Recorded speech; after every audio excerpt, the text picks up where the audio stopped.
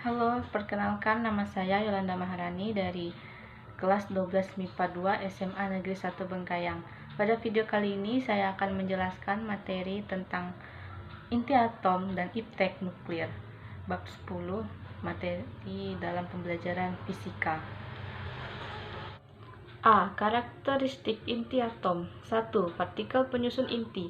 Inti atom tersusun atas proton dan neutron. Proton merupakan partikel bermuatan positif dengan muatan 1,6 kali 10 pangkat 19 C dan masanya 1,67264 kali 10 pangkat min 27 kg. Neutron merupakan partikel tidak bermuatan dan bermassa 1,6749286 kali 10 pangkat min 27 kg. Di luar inti atom terdapat kulit yang terdiri atas elektron. Elektron bermuatan 1,6 kali 10 pangkat min 19 dan bermassa 9,10953 kali 10 pangkat min 31 kg. Bisa dilihat pada gambar yang berwarna biru itu merupakan elektron, yang berwarna merah itu proton, dan yang berwarna hijau neutron. 2. Simbol unsur. Tabel periodik atom suatu unsur secara umum dilambangkan dengan contohnya A, Z, X dengan keterangan X lambang unsur, A nomor massa, Z nomor atom. 3. Nuklida. Ternyata di alam terdapat juga unsur yang mempunyai nomor atom sama atau nomor massanya sama. A. Isotop, yaitu unsur-unsur yang memiliki nomor atom sama tetapi memiliki nomor massa berbeda. Contoh 6C12, 6C13, dan 6C14. B. Isobar, yaitu unsur-unsur yang memiliki nomor massa sama tetapi memiliki nomor atom berbeda. Contohnya 6C14 dan 7N14. C. Isoton, yaitu unsur-unsur yang memiliki jumlah neutron A sampai Z sama tetapi memiliki nomor atom berbeda. Contoh 6C13 dan 7N14. 4. Gaya dan kestabilan inti. Stabilitas inti atom ditentukan oleh perbandingan antara jumlah proton dan neutron. A. Inti ringan Z kurang dari sama dengan 20. Inti ringan stabil jika N sama dengan Z atau N per Z sama dengan 1. Inti tidak stabil jika N tidak sama dengan Z. Contoh inti ringan yang stabil 5B, 10, dan 7N14. B. Inti berat Z lebih dari 20. Inti berat stabil jika 1 kurang dari N per Z kurang dari 1,6. Inti tidak stabil jika N per Z lebih dari 1,6 atau N per Z kurang dari 1. Contoh ini berat yang stabil 45 RH 103 dan 83BI 209. 5. Energi ikat inti. Massa total inti atom ternyata lebih kecil daripada massa partikel penyusunnya. Hal ini menunjukkan bahwa pada pembentukan inti ada sejumlah massa proton dan neutron hilang. Massa yang hilang berubah menjadi energi yang mengikat proton dan neutron menjadi inti atom. Energi ini disebut energi ikat inti. Untuk rumusnya bisa dilihat pada gambar.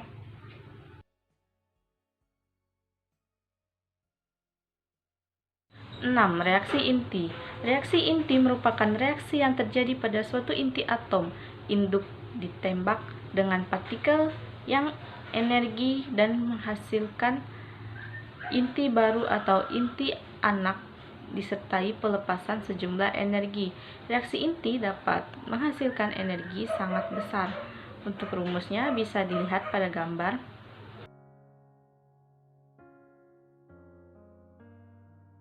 A. Reaksi fusi merupakan reaksi penggabungan beberapa inti ringan menjadi inti yang lebih berat disertai pemancaran energi. Reaksi fusi merupakan reaksi yang terjadi pada bintang atau matahari dan bom hidrogen. Contoh reaksi fusi adalah penggabungan inti 1H2 dengan 1H2 yang menghasilkan 2He3 dan neutron. Reaksinya sebagai berikut. 1H2 ditambah 1H2 menjadi 2He3 ditambah 0N1 plus energi. B. Reaksi fisi merupakan reaksi pembelahan inti atom berat menjadi inti atom baru. Reaksi fisi yang terjadi secara beruntun disebut juga reaksi berantai, sehingga menghasilkan energi besar. Reaksi fisi berantai ini digunakan sebagai dasar pembuatan reaktor nuklir dan bom atom. 7. Spektrum atom hidrogen. Spektrum atom hidrogen berbentuk garis yang khas. Pada tahun 1885, John Jacob Balmer menemukan perumusan secara empiris tentang panjang gelombang dan garis spektrum atom hidrogen. Bentuk persamaan Balmer sebagai berikut bisa dilihat pada gambar.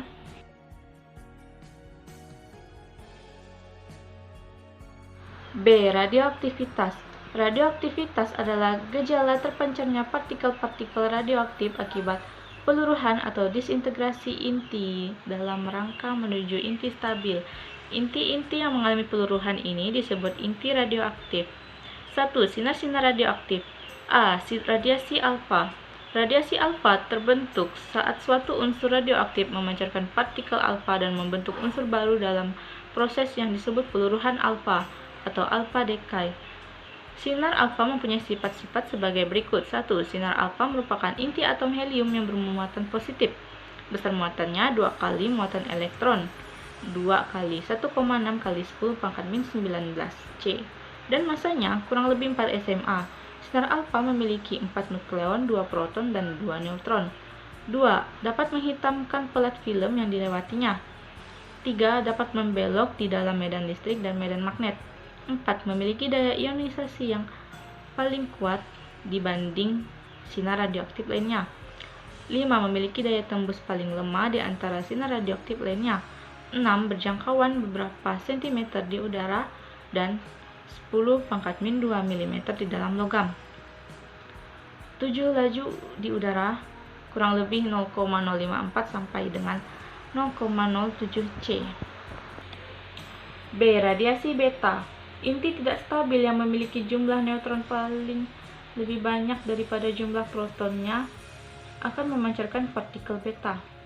Pada peristiwa pemancaran beta, terbentuk sinar beta yang dapat berupa elektron atau bermuatan listrik negatif atau berupa positron atau bermuatan listrik positif. Sifat-sifat sinar beta sebagai berikut. 1. Sinar beta merupakan elektron berenergi tinggi, berasal dari inti atom, bukan dari kulit atom, dan bermuatan 1,6 kali 10 pangkat min 19 C. 2. Dapat membelok dalam medan magnet dan medan listrik. 3. Daya tembusnya lebih kuat dari daya tembus sinar alfa, tetapi daya ionisasinya lebih lemah dibanding sinar alfa.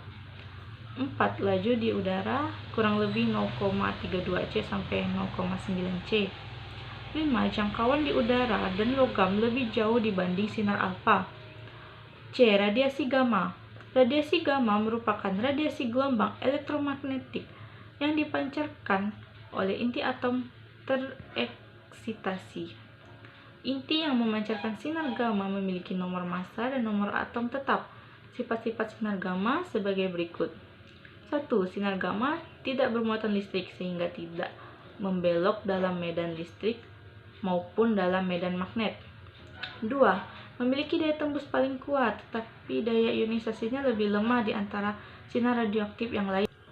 3. Sinar gamma merupakan radiasi gelombang elektromagnetik sehingga lajunya sama dengan laju cahaya. 4. Sinar gamma yang mengenai bahan dapat mengakibatkan efek fotolistrik dan hamburan Compton. 2. Interaksi sinar radioaktif dengan bahan. A. Serapan atau pelemahan. Jika seberkas sinar radioaktif dengan intensitas dilewatkan pada sebuah keping dengan tebal X, intensitas sinar radioaktif itu akan melemah secara eksponensial sesuai persamaan. Bisa dilihat pada gambar.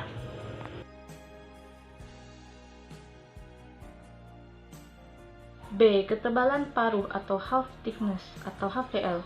Pada suatu kondisi, intensitas sinar radioaktif setelah melewati bahan menjadi setengah dari intensitas mula-mula. Tebal keping bahan yang mengakibatkan intensitas yang keluar setengah dari semula dinamakan lapisan harga paruh atau ketebalan paruh. Persamaannya bisa dilihat pada gambar.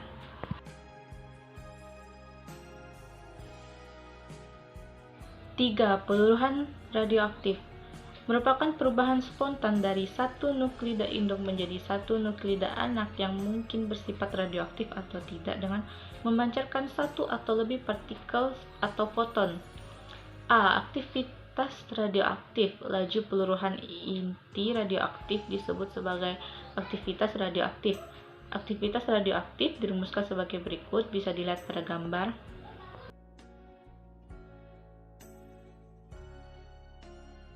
B. Peluruhan inti. Aktivitas radioaktif menyebabkan perbedaan jumlah partikel sebelum dan sesudah reaksi peluruhan.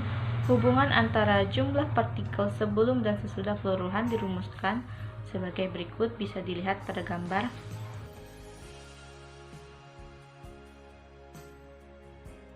C. Waktu paruh atau half time. Pada suatu kondisi tertentu, jumlah partikel menjadi setengah partikel mula-mula. Waktu yang diperlukan dalam proses tersebut disebut waktu paruh. Persamaannya bisa dilihat pada gambar.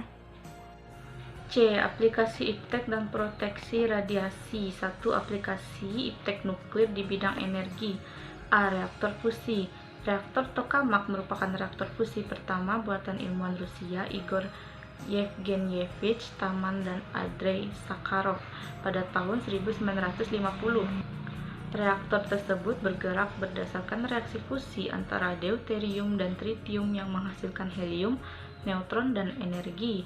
Deuterium diperoleh dari alam, yaitu terkandung di dalam air laut dalam jumlah yang melimpah. Adapun tritium harus dibuat di dalam reaktor fusi dari bahan litium. B. Reaktor fisi. Berdasarkan fungsinya, reaktor fisi dibedakan menjadi reaktor riset dan reaktor daya. Pada reaktor daya, energi reaksi dimanfaatkan sebagai sumber energi, adapun pada reaktor riset, energi hasil reaksi dibuang ke lingkungan. 2. Aplikasi iptek nuklir di bidang industri. A. Penentuan homogenitas proses. Radioisotop dapat dimanfaatkan sebagai peruntut dalam kegiatan industri. Kelebihan teknik peruntut radioisotop ini adalah dapat dilakukan tanpa mengganggu atau menghentikan produksi yang sedang berjalan.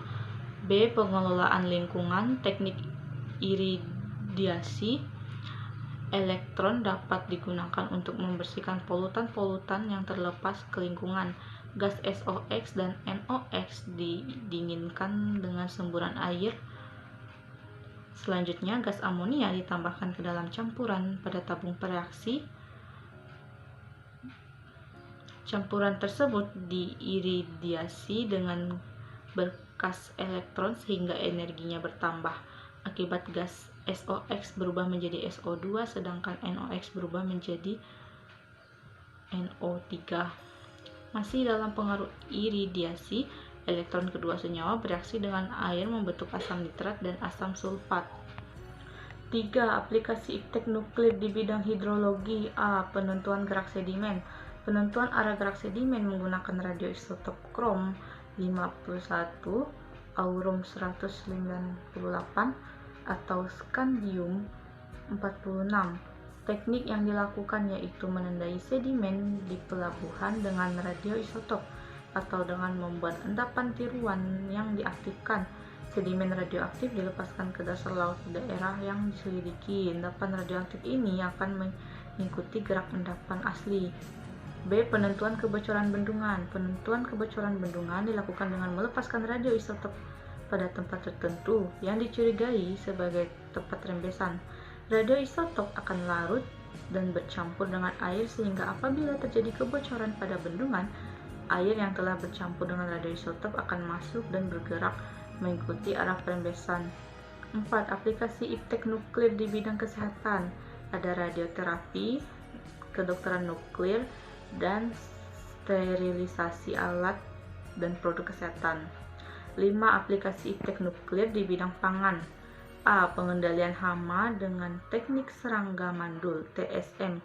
Serangga pada stadium pupa diiringi sinar gamma sehingga menghasilkan hama jantan mandul. Selanjutnya, hama jantan mandul dilepaskan ke lahan pertanian untuk bersaing dengan serangga hama di lapangan. Perkawinan antara hama jantan mandul dengan betina normal menghasilkan telur tanpa embrio atau tanpa keturunan. B. Efisiensi pemupukan. 6. Aplikasi teknik nuklir di bidang peternakan.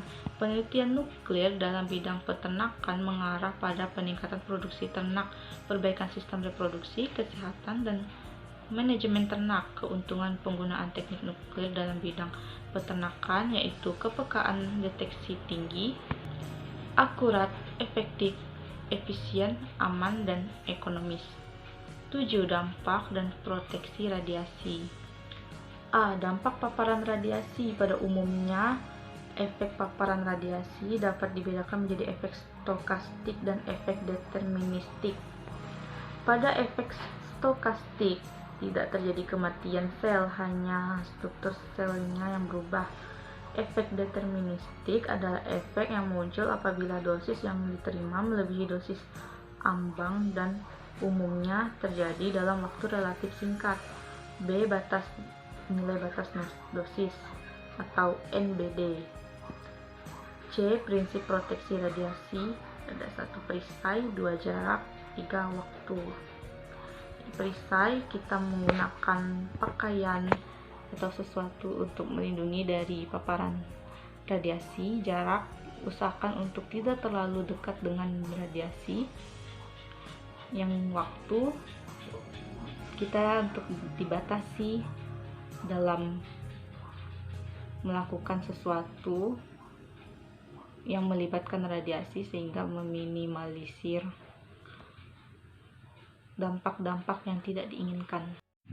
Contoh soal massa atom 16,8O adalah 15,995 SMA, hidrogen 1,0078 SMA, dan neutron 1,0087 SMA. Tentukan A. Massa total partikel pembentuk, B. Defek massa, C. Energi ikat inti oksigen, dan D. Energi ikat rata-rata per nukleon.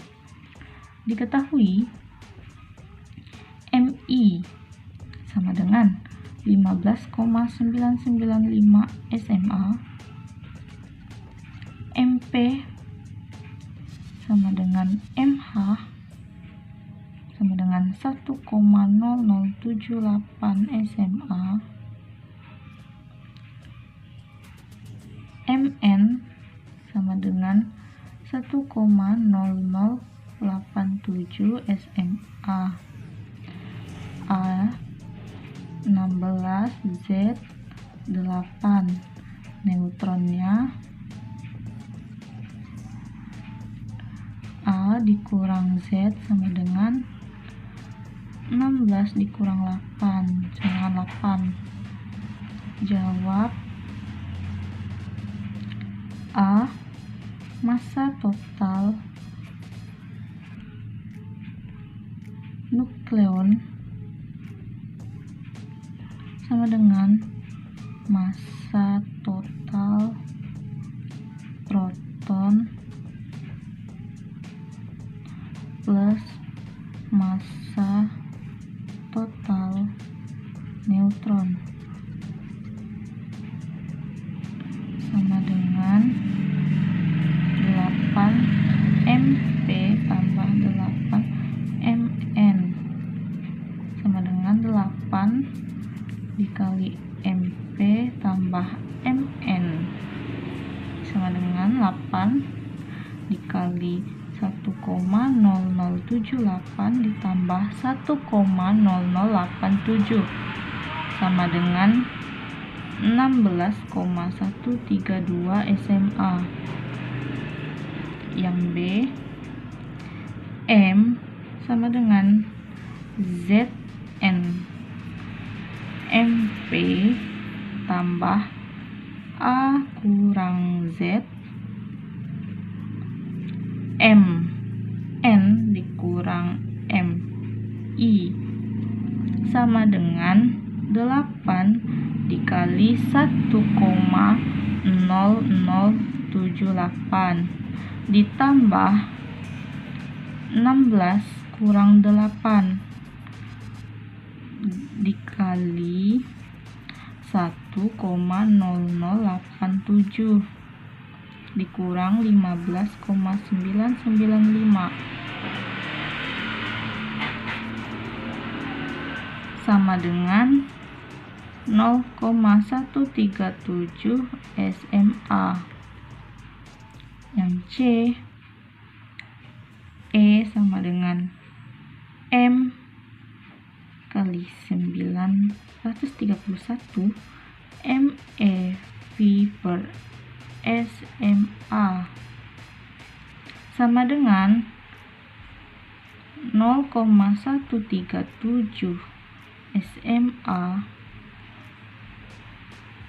dikali 931 MEV per SMA sama dengan 127,62 MEV. D, EN sama dengan E per A sama dengan 127,62 MEV per 16 nukleon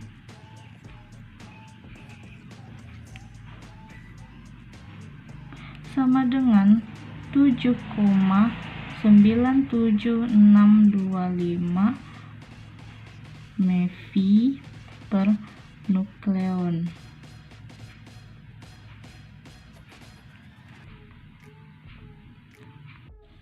Oke, soal kedua, massa unsur radioaktif P mula-mula X gram dengan waktu paruh 2 hari. Setelah 8 hari, unsur yang tersisa Y gram. Perbandingan antara X dan Y adalah diketahui N0 sama dengan X, N sama dengan Y, T kecil sama dengan 8 hari, T besarnya sama dengan 2 hari.